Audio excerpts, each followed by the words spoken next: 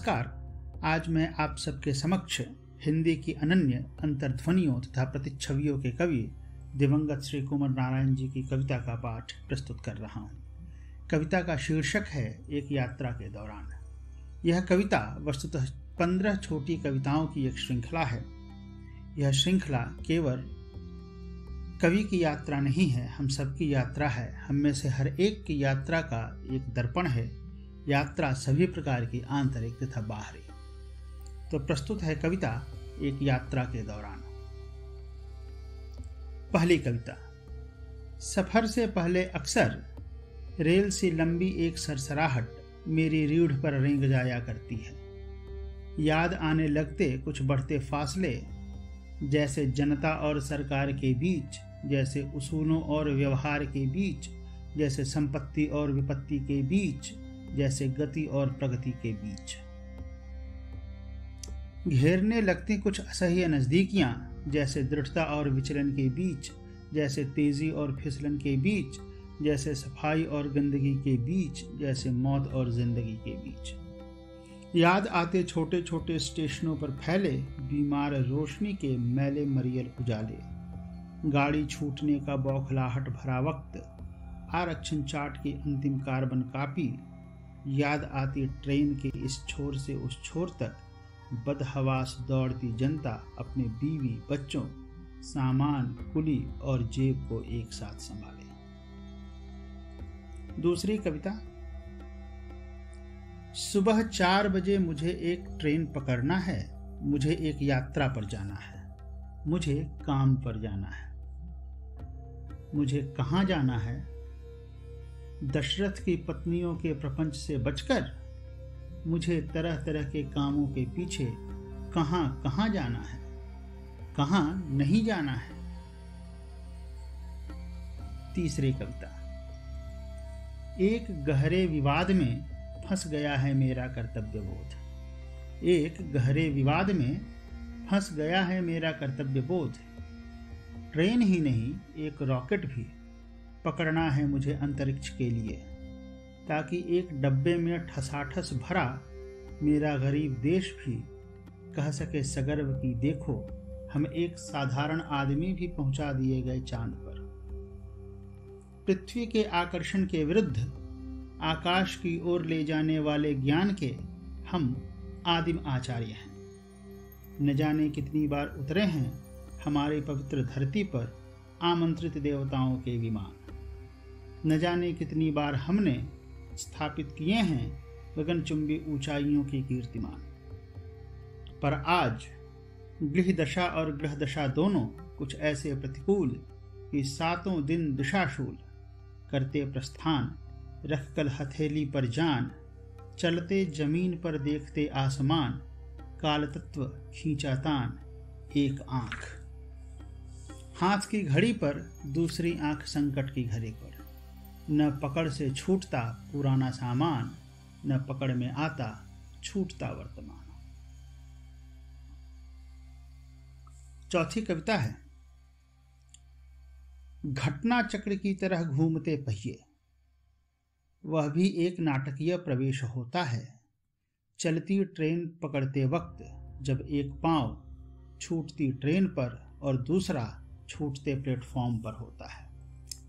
सरकते सांप सी एक गति 2 कदमों के बीच की फिसलती जगह में, जब मौत को एक ही झटके में लांघ कर हम डिब्बे में निरापद हो जाना चाहते हैं। वह एक नया शुभारंभ होता है किसी यात्रा का। भागती ट्रेन में दोनों पांव जब एक ही समय में एक ही जगह होते हैं, जब कोई खतरा नहीं नजर आता, 2 गतियों के बीच एक तीसरी संभावना का। भविष्य के प्रति आश्वस्त एक बार फिर हम जब दुश्चिंता मुक्त समय में स्थिर चित्त केवल जेब में रखे टिकट को सोचते हैं, उसके या अपने कहीं गिर जाने को नहीं। पांचवी कविता। कभी कभी दूसरों का साथ होना मात्र हमें कृतज्ञ करता, दूसरों के साथ होने मात्र के प्रति किसी का सीट बराबर जगह दे देना भी हमें विश्वास दिलाता कि दुनिया बहुत बड़ी है। जब अटैची पर एक हल्की सी पकड़ भी जिंदगी पर पकड़ मालूम होती है और दूसरों के लिए चिंता अपने लिए चिंताओं से मुक्ति। छठी कविता। कुछ आवाजें कोई किसी को लेने आया है, कुछ और आवाजें कोई किसी को छोड़ने आया है। किसी का कुछ छूट गया है, छूटते स्टेशन पर, छूटते वक्त की हड़बड़ी में। अब 1 बज रहा स्टेशन की घड़ी में। 7वीं कविता। क्यों किसी की संदूक का कोना अचानक मेरी पिंडली में गड़ने लगा। क्यों मेरे सिर के ठीक ऊपर टिका, गिरने गिरने को वह बिस्तर अखरने लगा। कौन हैं वे, क्यों मेरी चिंताओं का एक कोना उनसे भरने लगा। मेरी एक ओर बैठा वह विक्षिप्त सा युवक, मेरी दूसरी ओर वह चिंतित स्त्री, अपने बच्चे को छाती से चिपकाए, दोनों के बीच मैं कौन हूं। केवल एक आरक्षित जगह का दावेदार, वह स्त्री और वह बच्चा।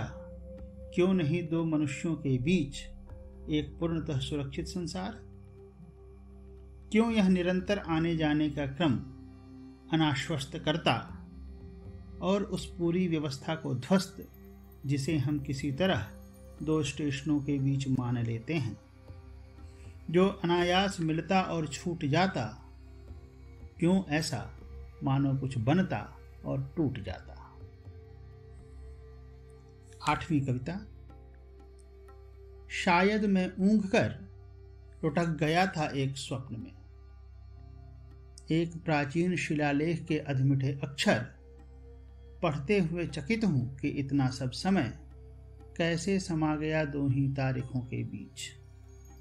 कैसे अट गया एक ही पट पर, एक जन्म, एक विवरण, एक मृत्यु, और वह एक उपदेश से दिखते अमूर्त अछोर आकाश का अटूट विस्तार, जिसमें न कहीं किसी तरफ ले जाते रास्ते, न कहीं किसी तरफ बुलाते संकेत, केवल एक अदृश्य हाथ अपने ही लिखे को कभी कहता स्वप्न, कभी कहता संसार।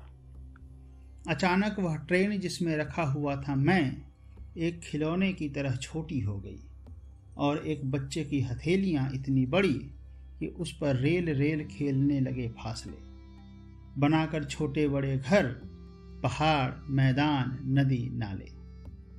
उसकी कलाई में बंधी पृथ्वी अकस्मात बज उठी जैसे घूंघरू रेल की सीटी।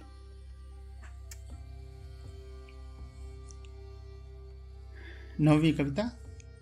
शायद उसी वक्त मैंने गिरते देखा था ट्रेन से 2 पांवों को, और चौंक कर उठ बैठा था। पैताने 2 पांव क्यों हैं यहाँ, क्या करूं इनका। सोचा रात है अभी, सुबह उतार लूंगा इन्हें अपने सामान के साथ। सुबह हुई तो देखा कंधों पर ढो रहे थे मुझे किसी और के पांव। हफ्ते, महीने, साल बीत गए पल भर में। पिता, तुम यहाँ? मुझे चाहिए मेरे पांव, वापस करो उन्हें। नहीं, वे मेरे हैं, मैं उन पर आश्रित हूं, और मेरा परिवार, मैं उन्हें नहीं दे सकता तुम्हें। वे हंसने लगे, एक बेजान असंगत हंसी। कभी कभी किसी विषम घड़ी में हम जी डालते हैं एक पूरा जीवन, एक पूरी मृत्यु, एक पूरा संदेह कि कौन चल रहा है किसके पांवों पर। 10वीं कविता।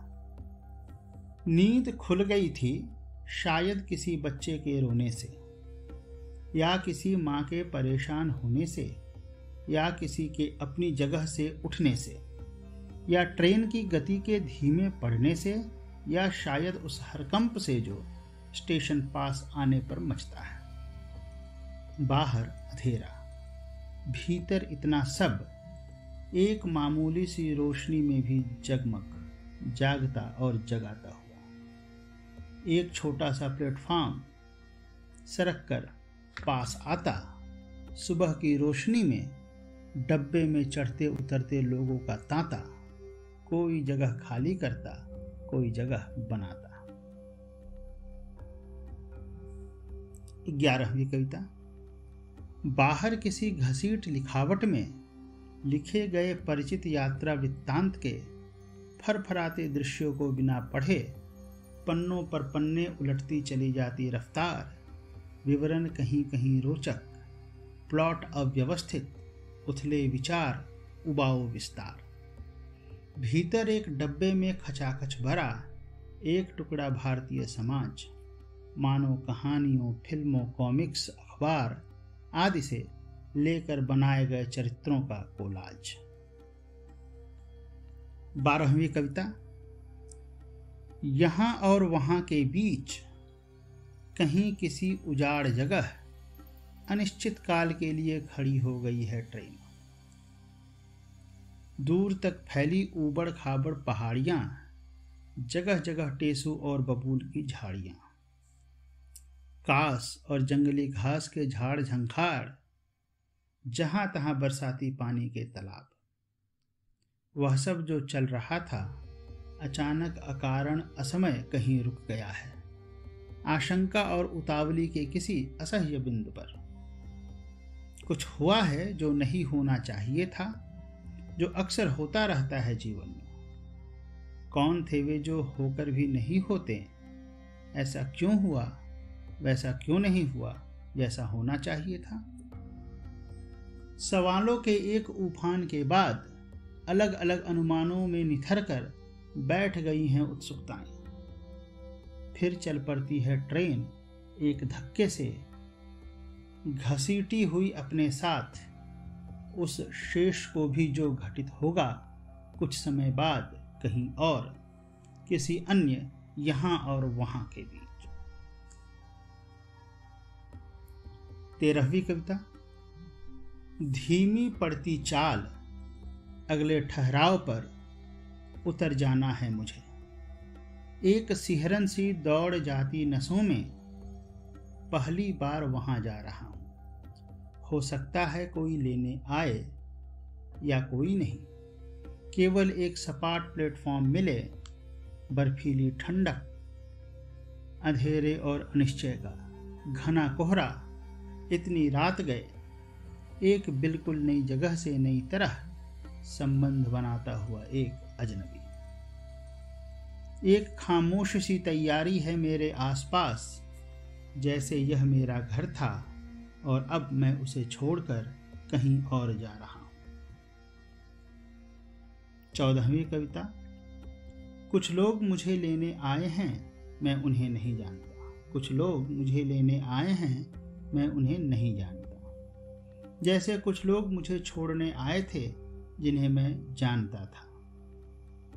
ट्रेन अस्थायी भाग दौड़ और अव्यवस्था बाद प्लेटफॉर्म फिर एक सन्नाटे में जम गया है। 15वीं और अंतिम कविता।